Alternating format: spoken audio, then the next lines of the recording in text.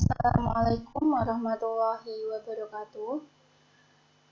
Pertemuan kali ini kita akan mempelajari KD 3.2 submateri kedua, yaitu tentang klasifikasi makhluk hidup. Apa itu klasifikasi? Jadi, klasifikasi adalah penggolongan makhluk hidup berdasarkan kedekatan sifat kekerabatannya. Nah, ilmu yang mempelajari tentang pengklasifikasian makhluk hidup berdasarkan kedekatan sifat kekerabatannya disebut taksonomi. Ditahu ya kalian bedanya klasifikasi dengan taksonomi. Tujuannya apa dilakukan klasifikasi makhluk hidup? Yang pertama yaitu untuk menyederhanakan objek studi. Mengingat makhluk hidup di bumi ini jumlahnya kan jutaan. Kalau kita pelajari satu-satu, maka akan memakan waktu yang lama. Dengan adanya klasifikasi makhluk hidup, maka mempermudah atau mempersingkat waktu dalam mempelajarinya. Sehingga tujuan yang kedua klasifikasi makhluk hidup adalah mempermudah proses mempelajari makhluk hidup. Kita bisa mempelajari berdasarkan ciri-ciri yang dapat memudahkan kita menentukan klasifikasi makhluk hidup yang memiliki ciri yang serupa. Kemudian tujuan yang ketiga adalah dapat memberi nama makhluk hidup yang belum diketahui namanya. Karena pada zaman sekarang banyak ditemukan spesies baru yang belum memiliki nama. Dengan melihat ciri-ciri dari spesies baru yang ditemukan, kita dapat memberikan nama ilmiah sesuai ciri-ciri yang ditunjukkan pada makhluk hidup yang baru ditemukan. Nah, manfaatnya apa? Yaitu yang pertama, agar kita mudah untuk mengenal makhluk hidup. Selanjutnya, mudah juga untuk mempelajari makhluk hidup. Kemudian dapat mengetahui manfaat masing-masing organisme atau makhluk hidup. Yang keempat, mengetahui bahwa satu organisme dengan organisme lain itu saling ketergantungan, tidak dapat hidup sendiri. Kemudian yang kelima, mengetahui kekerabatan makhluk hidup dalam mendukung kelangsungan hidup manusia. Nah, dasar klasifikasi makhluk hidup yang dilakukan para ilmuwan itu berdasarkan 3 hal, yaitu yang pertama, berdasarkan struktur morfologi atau anatomi. Morfologi adalah ciri yang tampak dari luar tubuh makhluk hidup, sedangkan anatomi adalah ciri di bagian dalam tubuh makhluk hidup. Nah, adanya perbedaan morfologi dan anatomi pada makhluk hidup ini dapat membantu kita dalam mengklasifikasikan makhluk hidup. Yang kedua, dasarnya yaitu ciri biokimianya. Nah, ini terdapat pada DNA yang mengandung basa nitrogen. Dan dengan ciri biokimia, kita dapat mengklasifikasikan makhluk hidup tersebut. Kemudian kita dapat mengklasifikasikan berdasarkan manfaatnya. Contohnya bunga melati kita kelompokkan ke tanaman hias, sedangkan kencur kita kelompokkan ke tanaman obat. Itu berdasarkan manfaatnya. Nah, tahap-tahap pengklasifikasian makhluk hidup itu ada 3 tahap. Yang pertama yaitu kita tahap identifikasi sifat-sifat. Jadi ketika kita menemukan makhluk hidup atau spesies, itu kita lihat dulu sifat-sifat atau ciri-cirinya. Lalu kita kelompokkan. Tahap yang kedua kita kelompokkan berdasarkan ciri-ciri yang diamati. Yang sama kita kelompokkan. Kemudian setelah kita kelompokkan makhluk hidupnya yang sesuai ciri-ciri yang sama, kita beri nama. Nama ini penting dalam klasifikasi dan ada aturan dalam pemberian namanya. Akan nanti kita pelajari di slide berikutnya. Nah, sebelumnya, cara pengklasifikasian makhluk hidup yang dilakukan oleh para ilmuwan itu ada 3. Yang pertama, sistem klasifikasi alami. Ini tokoh pelopornya adalah Aristoteles. Berdasarkan pada banyaknya persamaan ciri-ciri morfologis atau bentuk luar. Nah, hasilnya itu dihasilkan sistem klasifikasi 2 kintim, di mana makhluk hidup itu dibagi menjadi 2, yaitu hewan dan tumbuhan. Hewan dikelompokkan berdasarkan habitat dan perilakunya, sedangkan tumbuhan berdasarkan ukuran dan strukturnya. Kemudian sistem klasifikasi yang kedua yaitu sistem klasifikasi buatan atau artifisial. Tokoh pelopornya adalah Carolus Linnaeus. Ini didasarkan pada ciri-ciri morfologi, alat reproduksi, lingkungan tempat tumbuh atau habitat, dan daerah penyebaran. Nah, hasil dari sistem klasifikasi buatan atau artifisial adalah tingkatan takson yang ada 7 tingkatan. Kemudian sistem klasifikasi filogenetik, tokoh pelopornya adalah Charles Darwin yang dengan teori evolusinya ini didasarkan pada jauh dekatnya kekerabatan antar takson atau kelompok dan mencerminkan perkembangan makhluk hidup dengan mempertimbangkan ciri yang dianggap primitif dan ciri yang lebih maju. Contohnya daun.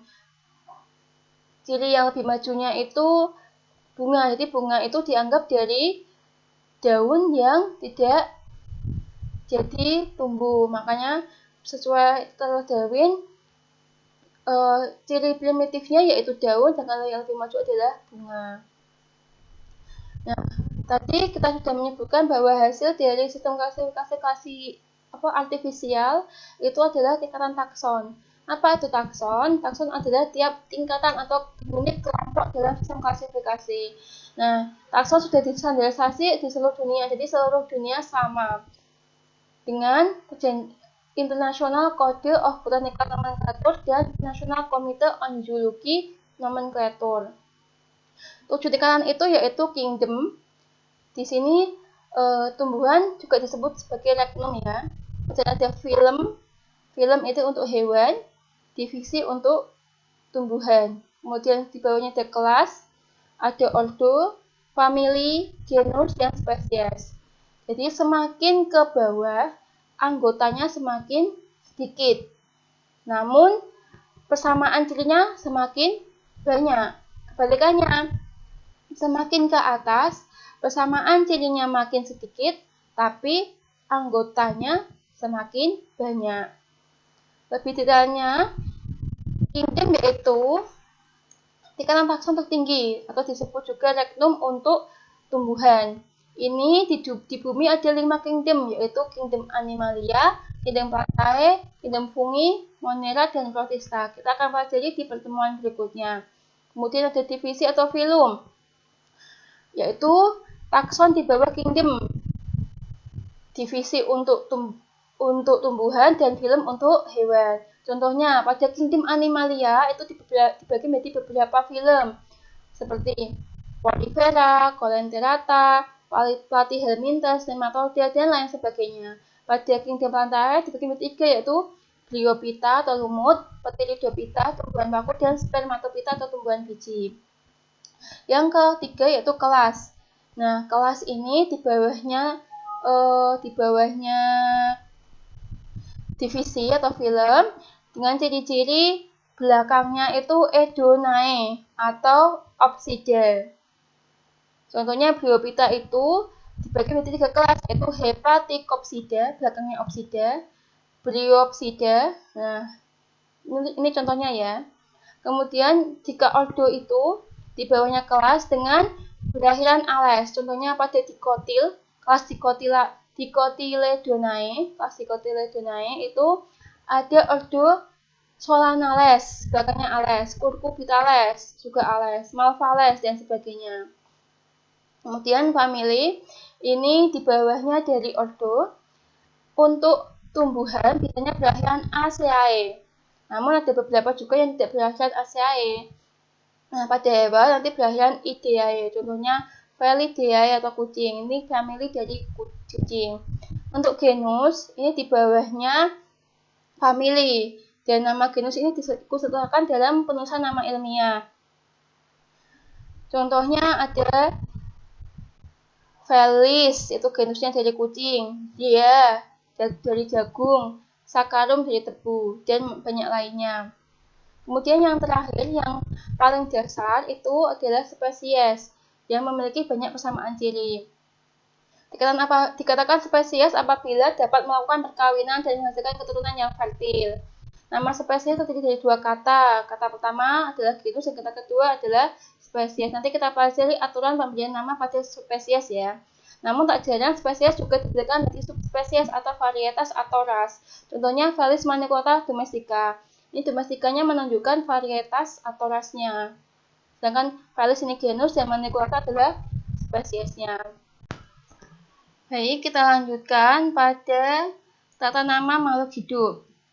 Yang pertama, nama suatu spesies terdiri atas 2 kata. Kata pertama merupakan nama genus, diawali dengan huruf kapital, Dan kata kedua merupakan spesies, diawali dengan huruf kecil. Kemudian penulisannya harus dicetak miring atau digaris bawah, atau dicetak dengan huruf yang berbeda dengan teks yang lain. Nah, nama spesies ini menggunakan bahasa Latin atau yang dilatinkan. Contohnya Bambusa spinosa. Ini merupakan nama ilmiah dari bambu berduri.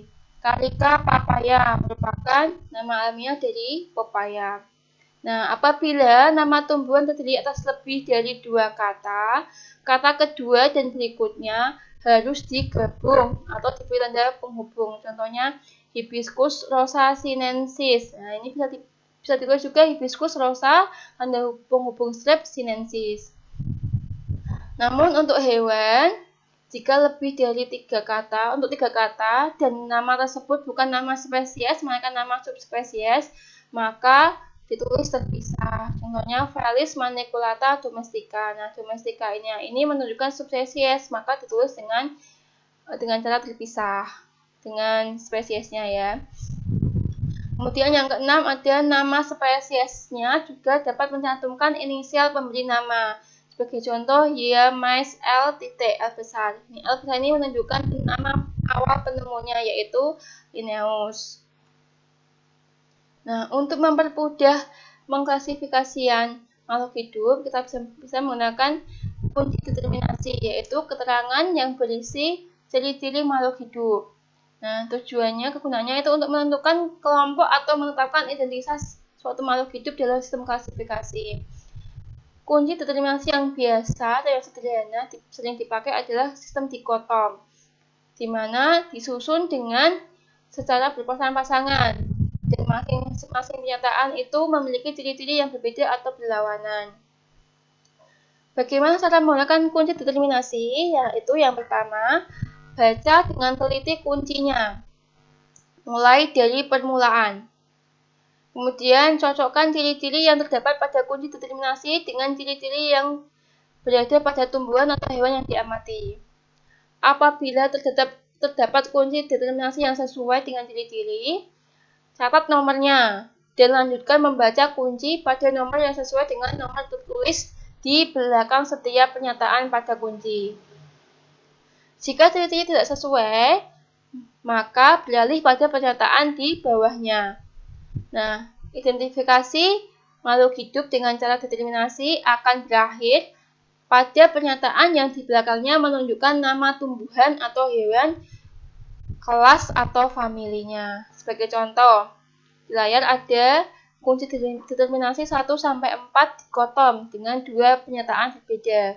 Nah, apabila makhluk hidup yang kita amati itu menyusui anaknya, berarti hewannya adalah kucing. Namun jika yang kita amati tidak menyusui anaknya, kita rujuk ke nomor 2 sesuai kunci determinasi di contoh. Nah, kita lihat yang kedua ini ada 2 pilihan juga. Apakah dia bergerak dengan sirip? Jika iya, maka hewan itu adalah ikan. Namun jika tidak, maka kita lihat poin yang ketiga. Poin yang ketiga, apabila hewan tersebut merayap di dinding, maka digolongkan sebagai cecak. Tapi jika tidak, kita lihat ke poin yang keempat. Nah, apabila tubuhnya ditutupi bulu, sesuai yang makhluk hidup yang kita amati, kalau memang ditutupi bulu, maka disebut burung. Namun jika tidak, disebut ular. Jadi dengan cara identifikasi kunci determinasi, kita dapat mengelompokkan sesuai tabel. Hewan A itu kunci dikotomnya 1A, berarti kucing. Kalau B, 1B dan 2A itu ikan. Sedangkan kalau 1B, 2B dan 3A itu berarti cecak. Apabila 1B, 2B, 3B dan 4A, maka burung. Tapi jika 1B, 2B, 3B dan 4B, maka ular. Nah, begitu ya. Sekian penjelasan untuk materi hari ini tentang klasifikasi makhluk hidup. Untuk pertemuan berikutnya, silakan kalian pelajari tentang sistem 5 kingdom. Demikian penjelasan dari saya. Sekian, wassalamualaikum warahmatullahi wabarakatuh.